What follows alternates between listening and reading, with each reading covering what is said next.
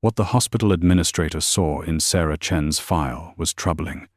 Erratic behavior, paranoid accusations about encrypted patient data, and an unsettling obsession with a comatose John Doe in room 447. The decision to terminate her seemed obvious until 3 Black Hawks landed on the hospital roof 6 hours later, and men in full tactical gear stormed through the corridors asking one question: where is she? In that moment, the administrator realized that the unstable nurse they'd just fired wasn't paranoid at all. She was protecting something so valuable that the most elite military unit in the world had been deployed to find her, and now she was gone.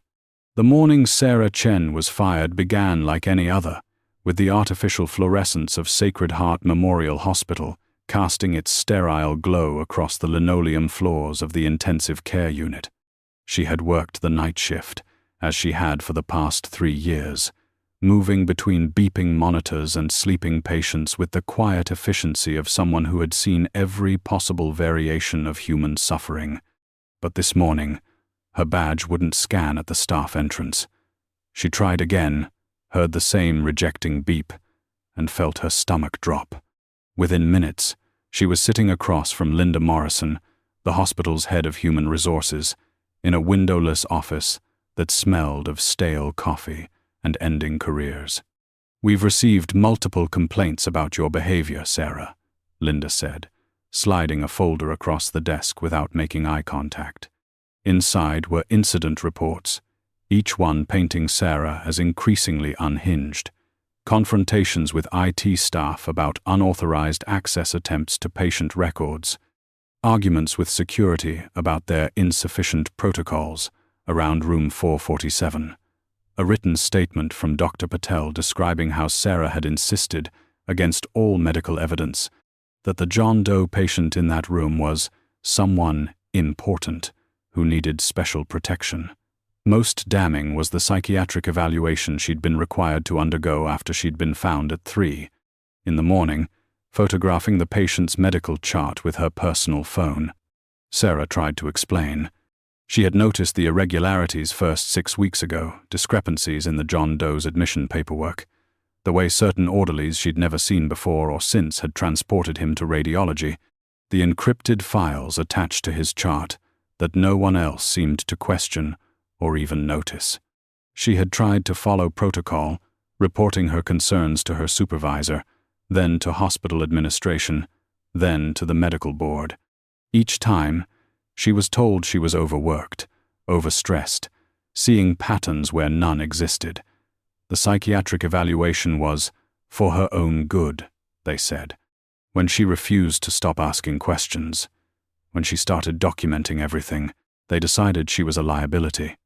"You're displaying signs of occupational burnout with paranoid features," Linda read from the psychiatric report, her voice flat and bureaucratic.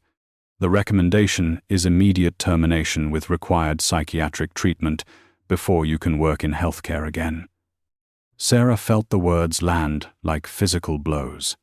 3 years of impeccable service, countless lives saved, relationships with patients who had become like family, all of it erased by a diagnosis designed to discredit everything she'd discovered. She thought about the John Doe in room 447, the man with no identification but somehow the most sophisticated medical monitoring equipment she'd ever seen attached to him. She thought about the tattoo she'd glimpsed on his shoulder during a dressing change, a tattoo that matched the insignia she'd only ever seen in documentaries about classified military operations.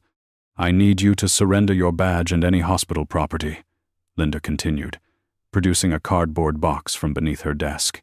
The symbolism was crushing. This was how it ended, packing 3 years of her life into a box meant for office supplies.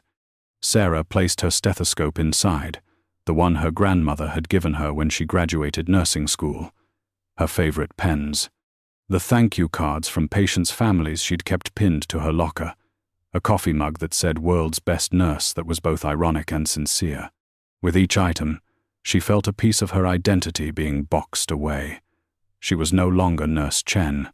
She was now the unstable woman who had been escorted from the building by security, her former colleagues watching from doorways with expressions mixing pity and relief that it wasn't them. As the security guard walked her through the corridors she'd navigated thousands of times, Sarah passed room 447. The door was closed, but she could see through the window that the bed was empty. Her heart rate spiked. The John Doe was gone. She slowed her pace, trying to get a better look, but the security guard's hand on her elbow kept her moving. "Let's go, Miss Chen," he said, not unkindly. In the parking lot, the morning sun was obscenely cheerful, completely inappropriate for the death of her career. She sat in her car for 20 minutes, unable to turn the key, unable to drive away from the only identity she'd ever really had. The box sat in the passenger seat, like a coffin for her professional life. What Sarah didn't know, what she couldn't know, as she finally started her car and drove toward an uncertain future, was that her termination had triggered a series of encrypted alerts that rocketed through secure communication channels from the hospital's surveillance system to a nondescript office building in Northern Virginia, then to a tactical operations center at Fort Bragg, and finally to a forward operating base whose location appeared on no maps. Within 90 minutes of her badge being deactivated, a mission authorization code had been issued. Within 4 hours, 3 Black Hawk helicopters were airborne, carrying a Delta Force team that had been pulled from standby status with only one objective: locate and secure Nurse Sarah Chen by any means necessary. The operator who had been posing as the John Doe patient in room 447 had sent his last conscious transmission 6 weeks earlier. 3 words that had launched Sarah's entire investigation and subsequent termination: "Cover is compromised." The nurse had noticed what trained hospital staff had been paid not to see. Now she was the only person who could identify the enemy agents who had penetrated Sacred Heart Memorial, and she had no idea that leaving that hospital alive made her the most valuable asset in an operation that had cost 8 months of planning and $17 million. She also had no idea that the people who had orchestrated her firing had done so for exactly that reason, to remove her from the protection of public spaces and institutional witnesses. Sarah Chen thought she'd lost everything that morning. She had actually just become the most hunted woman in North America. The Black Hawks came in low over Sacred Heart Memorial Hospital at 2:47 p.m., their rotor wash sending trash cans tumbling across the rooftop and setting off every car alarm in the parking structure. Inside the hospital, the sound was unmistakable military helicopters, multiple aircraft, landing on a civilian building in the middle of a Tuesday afternoon. Patients in rooms facing the roof watched through windows as heavily armed men in tactical gear fast roped onto the helipad with the precision of 1,000 practiced insertions. The hospital's rent-a-cop security team, trained primarily to handle belligerent visitors and occasional shoplifters from the gift shop, stood frozen as the tactical team breached the rooftop access door and moved into the stairwell, with weapons raised and infrared laser designators painting red dots across every corner and doorway. The team leader, identified only by the call sign Reaper 6 on the radio traffic that would later be analyzed by every 3-letter agency in Washington, moved with the controlled aggression of someone who had kicked down doors in Fallujah, Kandahar, and places that remained classified. His team had been briefed during the flight. One objective, non-negotiable priority: locate Nurse Sarah Chen and secure her immediately. The threat assessment was severe enough that they'd been authorized to deploy on American soil without the usual bureaucratic delays, which meant someone very high up the chain of command had decided that whatever Sarah knew was worth bypassing about 17 different laws and regulations. They hit the administrative floor first, following intelligence that suggested her termination paperwork would still be in processing.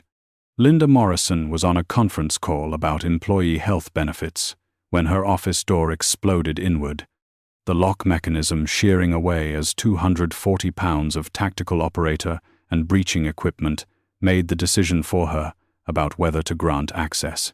She screamed, her coffee mug shattering against the wall as Reaper 6's rifle came up, and his team flooded the small office, checking corners and closets with the efficiency of men who knew that hesitation measured in milliseconds was the difference between coming home and coming home in a flag-draped box. Sarah Chen. "Reaper," Six barked, his voice distorted through the communication equipment built into his helmet. "Where is she?" "Talk now." Linda's hands shook as she tried to access her computer, succeeding only on the third attempt because her fingers couldn't find the right keys. She was terminated this morning. She stammered, her brain trying to process why Delta Force, because that's what the insignia on their uniforms indicated, though her mind rejected the impossibility of it would be looking for a fired nurse. "She left around 9 a.m. I don't know where she went."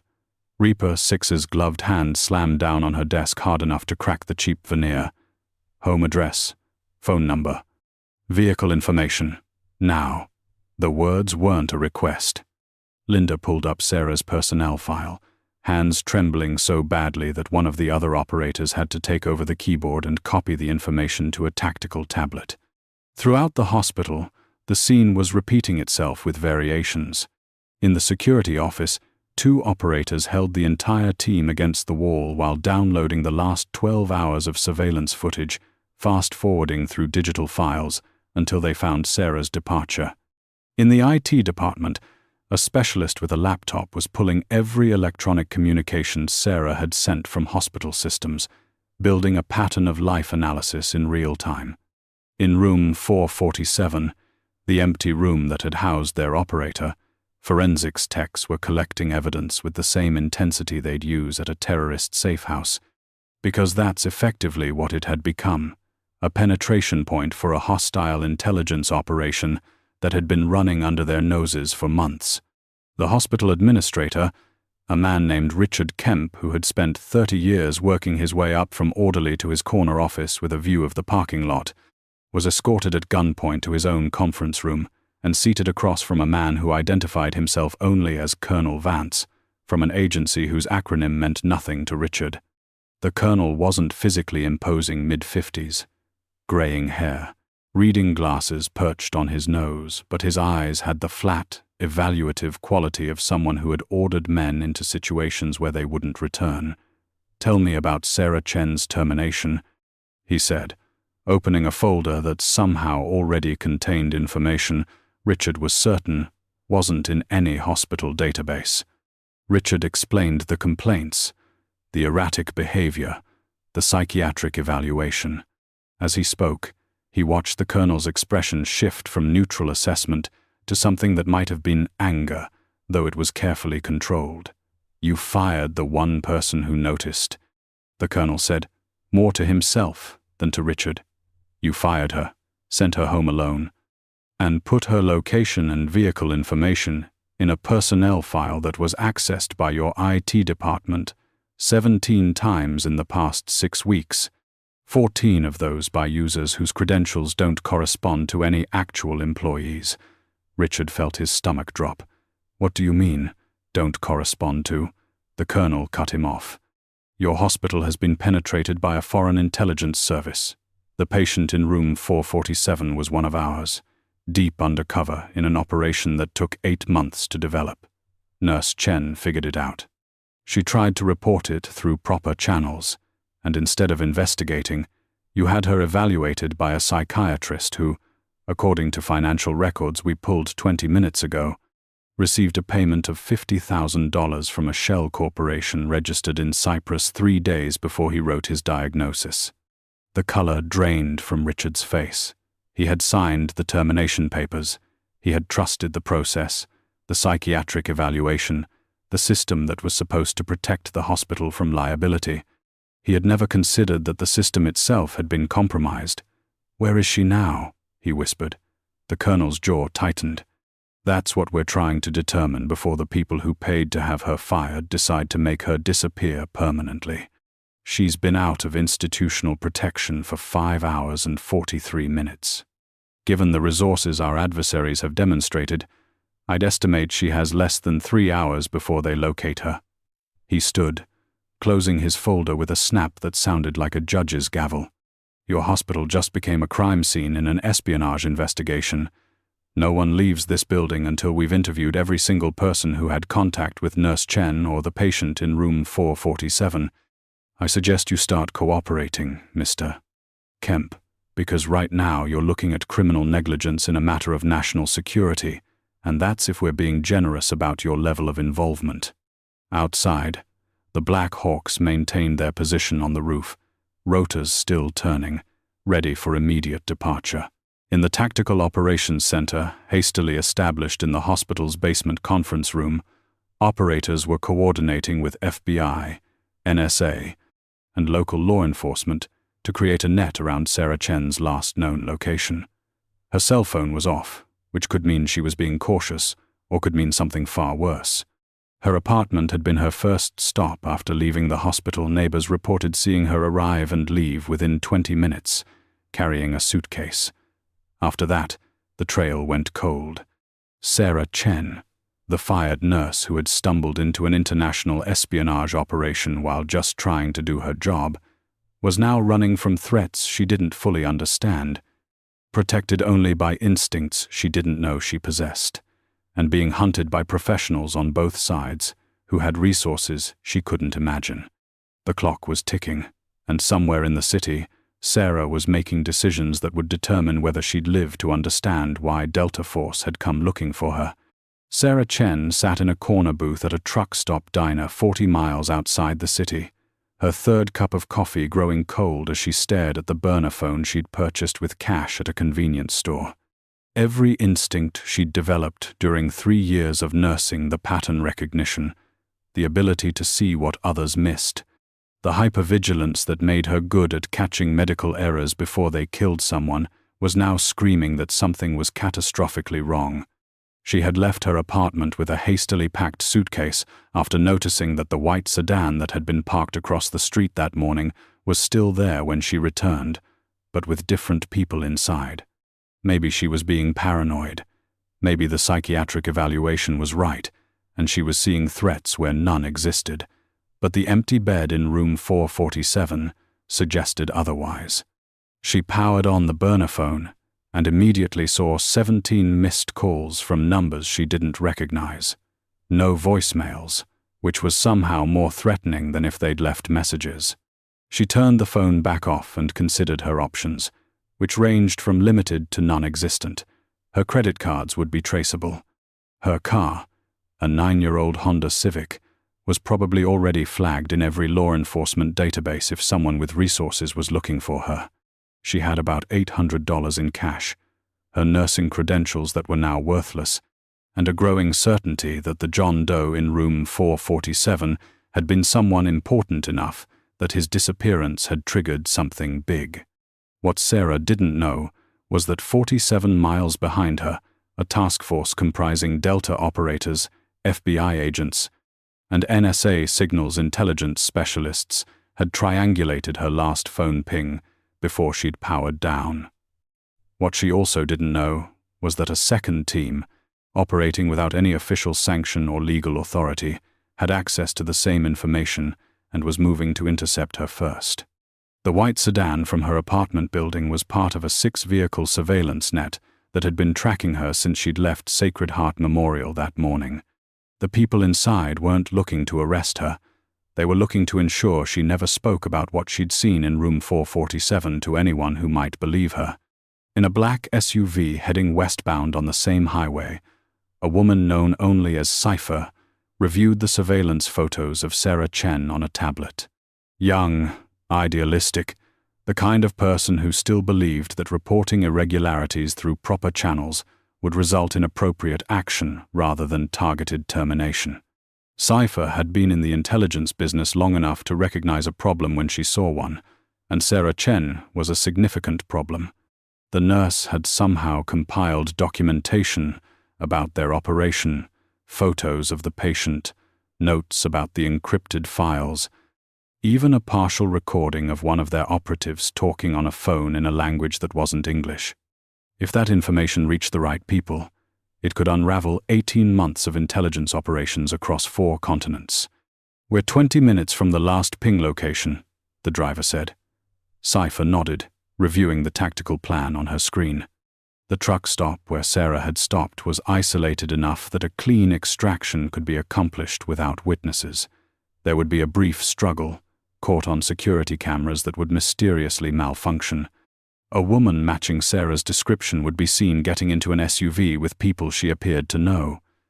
The vehicle would head toward the Canadian border but would never arrive. Sarah Chen would become a missing person, another statistic in a country where hundreds of thousands of people vanished every year. Rules of engagement? The driver asked. Cypher's expression didn't change. No witnesses, no complications, and make it look voluntary until we're clear of the cameras. But Cypher had made one critical miscalculation. She had assumed that Sarah Chen was alone, unaware, and unprotected. She was wrong on all 3 counts. The Delta Force team had been tracking the same signals intelligence that led Cypher's team to the truck stop. They had also identified the 6-vehicle surveillance net, run the license plates through databases that revealed the vehicles were registered to a front company with ties to a foreign intelligence service, and made the tactical decision that Sarah Chen's protection was now a priority that superseded every other consideration, including the niceties of operating on American soil without proper authorization. Reaper 6's team arrived at the truck stop 19 minutes before Cypher's team, which in tactical terms was the difference between controlling the situation and responding to it. They entered the diner in civilian clothes, weapons concealed, and dispersed throughout the space with the casual efficiency of people who knew how to blend into any environment. Sarah didn't notice the man in the flannel shirt who sat 2 booths away and ordered pie. She didn't register the woman in yoga pants who took a table near the exit with a clear line of sight to the parking lot. She had no idea that the cook who had taken over the kitchen 10 minutes earlier wasn't actually an employee, but a Delta operator with advanced field medical training who could turn the industrial kitchen into a defensive position if necessary. She did notice, however, when the flannel shirt man suddenly stood and moved toward her booth with purposeful intensity. Her hand went to the canister of pepper spray she'd bought at the same convenience store as the burner phone, but before she could deploy it, the man slid into the booth across from her and said 5 words that changed everything. "Nurse Chen, you're in danger." His eyes were scanning the parking lot through the window, tracking something she couldn't see. "There are hostile operatives converging on this location to silence you about what you saw at Sacred Heart Memorial. In approximately 90 seconds, you can either come with me and live, or stay here and become a statistic. Your choice, but decide now." Sarah's nursing training had taught her to make critical decisions under pressure, to assess situations rapidly and act on incomplete information when lives were at stake. Every detail she'd noticed about this man in the 3 seconds since he'd approached, the way he'd positioned himself to shield her from the entrance, the controlled breathing of someone managing adrenaline, the slight bulge under his flannel shirt that suggested body armor, told her he was telling the truth. "Who are you?" she asked, her voice steadier than she felt. "Someone who works for the same people as the patient in room 447, he replied. "The man you tried to protect when no one else believed you. He's one of ours, and because you noticed what you weren't supposed to notice, you're now on the target list of people who make problems disappear. So I'll ask again, are you coming?" Sarah looked at the parking lot, where she now noticed the black SUV pulling in, moving too slowly, scanning the vehicles with the systematic approach of people conducting surveillance. She looked back at the man in the flannel shirt, at the 2 other people in the diner who were now standing casually but with positions that formed a protective triangle around her booth. She thought about the empty bed in room 447, about the termination that had felt wrong from the moment it started, about the 17 missed calls on a phone number no one should have known. She nodded. "Then we need to move now," the man said, already standing. "Kitchen exit. Stay between me and the woman in yoga pants. Don't run, don't look back, and for God's sake, don't stop moving until I tell you to." As they moved toward the kitchen, Sarah caught a glimpse of the SUV in the parking lot, saw doors opening and people emerging, who moved with the same purposeful intensity as the man leading her to safety. The difference was that the people from the SUV didn't look like they intended anyone to survive this encounter.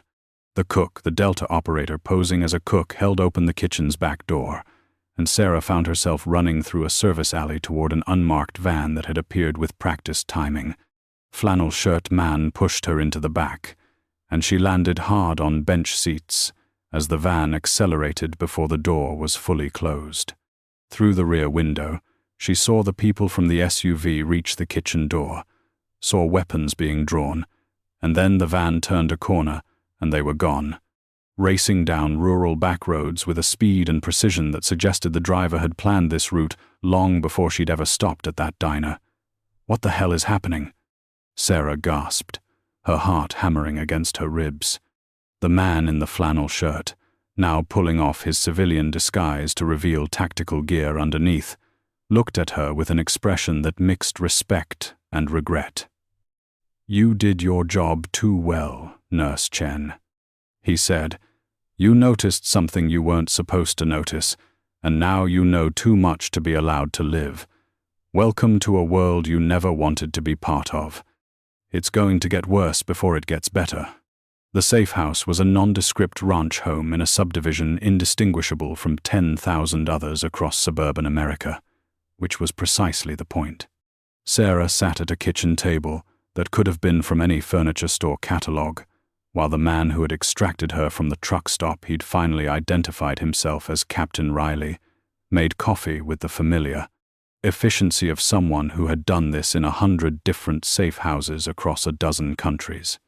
The woman in yoga pants was named Martinez, and she was currently doing a security sweep of the perimeter while maintaining communication with an unseen tactical operations center through an earpiece that looked like high-end consumer electronics but was anything but. "The patient in room 447, Captain Riley began, setting a mug of coffee in front of Sarah that she accepted with hands that had finally stopped shaking, was Staff Sergeant Marcus Wade, one of our deep cover operatives, embedded in an intelligence operation targeting a foreign espionage network operating in the United States.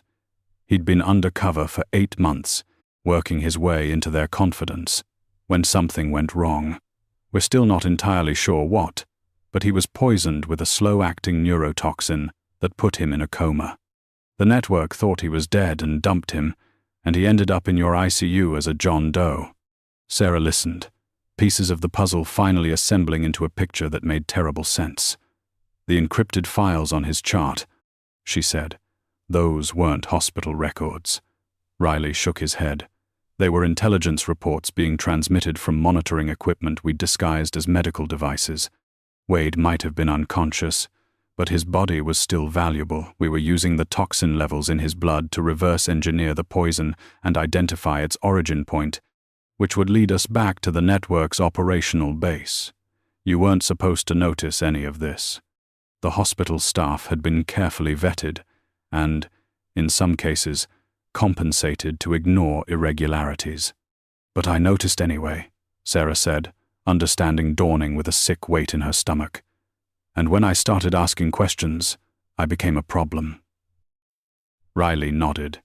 "The enemy network had penetrated the hospital more deeply than we realized. When you started investigating, they identified you as a threat and began a disinformation campaign to discredit you. The psychiatric evaluation, the complaints about your behavior, even some of the erratic incidents, those were manufactured or manipulated to build a case for your termination. They wanted you fired, isolated, and vulnerable, so they could eliminate you quietly, without the protection of institutional oversight." Sarah thought about Linda Morrison reading from that psychiatric evaluation, about the incident reports that had painted her as increasingly unstable, about how easily her entire career had been dismantled. The psychiatrist was working for them. Riley pulled out a tablet and showed her financial records, wire transfers, shell corporations. "Dr.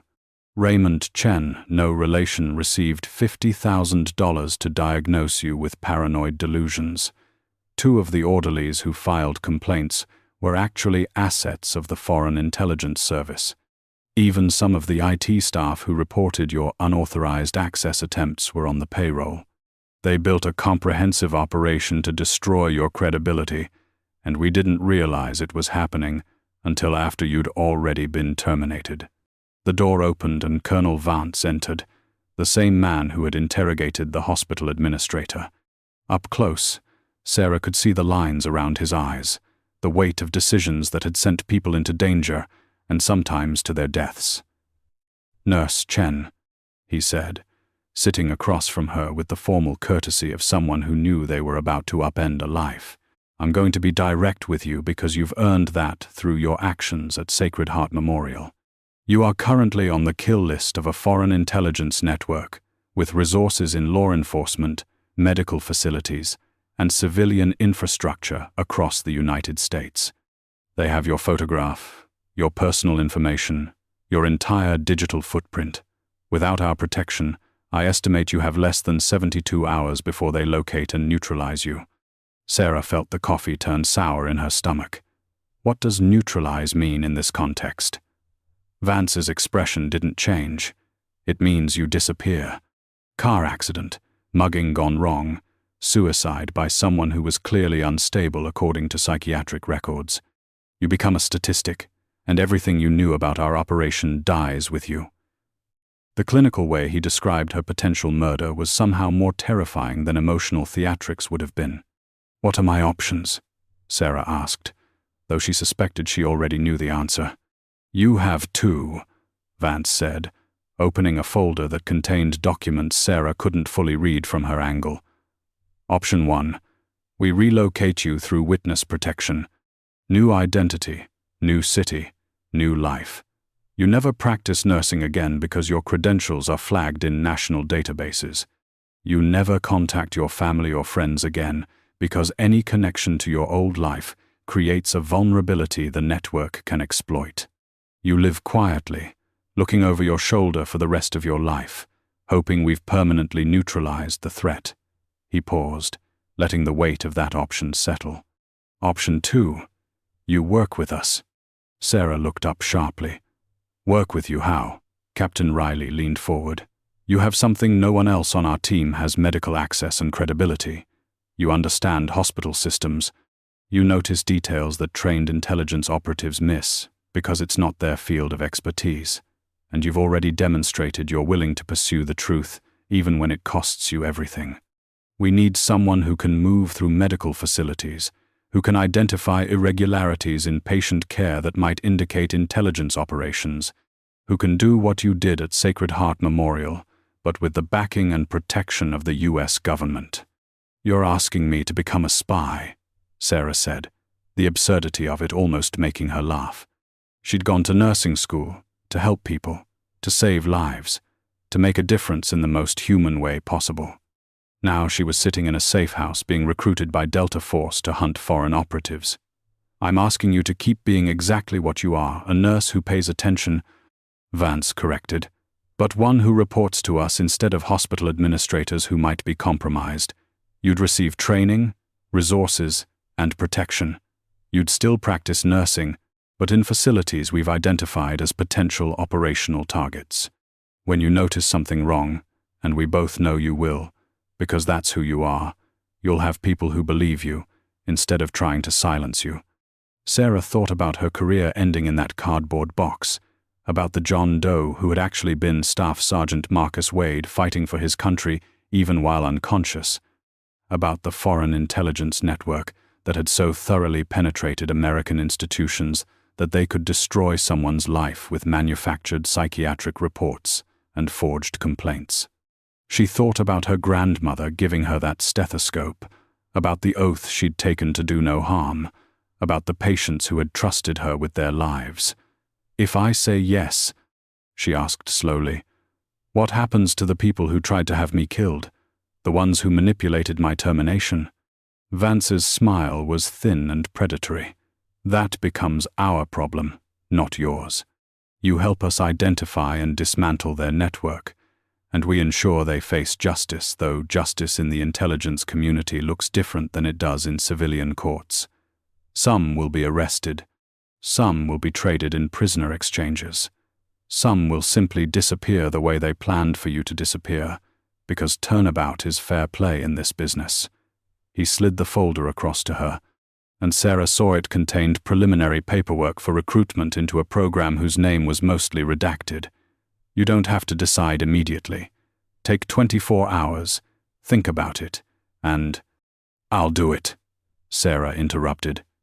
Everyone in the room looked at her in surprise. "I spent 3 years saving lives in that hospital, and then they destroyed my career to protect enemies of this country." Staff Sergeant Wade was in a coma because he was trying to protect people like me, people who don't even know this shadow war exists. You're telling me I can still be a nurse, still help people, but also make sure that what happened to me doesn't happen to someone else? She picked up the pen Vance had placed on the folder. "Where do I sign?" Captain Riley and Vance exchanged glances. "You understand this isn't a decision you can take back," Vance warned. "Once you're in, you're in. Your old life is over either way. The only question is whether you disappear into witness protection or into our operations. There will be danger. There will be times when you question everything. And there's a non-zero chance that you could end up exactly where Staff Sergeant Wade did, in a hospital bed with people trying to figure out what poison nearly killed you." Sarah thought about the truck stop, about the people from the black SUV who had come to kill her, about how close she'd been to becoming another disappeared person. She thought about the empty bed in room 447, and the man who had sacrificed everything for a mission she was only beginning to understand. "I became a nurse because I wanted to protect people who couldn't protect themselves," she said quietly. "This is just a different kind of nursing, isn't it? Taking care of problems before they kill the patient." She signed the document with the same steady hand she'd used to administer countless medications, start hundreds of IVs, make decisions in code situations where seconds meant the difference between life and death. As Vance countersigned the recruitment papers and Martinez returned from her security sweep with an all-clear report, Sarah Chen realized that getting fired had been the best thing that ever happened to her, because it had revealed who she really was when everything was stripped away. Not just a nurse, but someone willing to see the truth even when it was dangerous, willing to act when others stayed silent, willing to fight for what was right even when the system turned against her. The hospital had tried to break her with that psychiatric evaluation and termination. Instead, they had freed her to become something more dangerous than they could have imagined. A believer with nothing left to lose and everything to fight for. "Welcome to the team, Nurse Chen," Captain Riley said, extending his hand. "Your first assignment briefing starts in 3 hours. I'd suggest you get some rest, but I suspect you have questions." Sarah shook his hand, feeling the calluses of someone who had pulled triggers and saved lives in equal measure. "Just one," she said. "Staff Sergeant Wade, is he going to be okay?" Riley's expression softened. "He woke up yesterday, still recovering, but he's going to make it." And the first thing he asked when he could speak was whether the nurse who had been protecting him was safe. "So yeah, I'd say knowing you're okay will help his recovery considerably." Sarah felt tears prick her eyes for the first time since this nightmare began. She'd saved lives before, but knowing she'd saved someone who had been saving countless others by his dangerous work made it feel different, more connected to something larger than individual patients and discrete crises. She was part of something now, something that operated in shadows to protect people in the light. "Then, let's make sure his sacrifice wasn't wasted," she said. "Brief me on the mission. I have a lot to learn."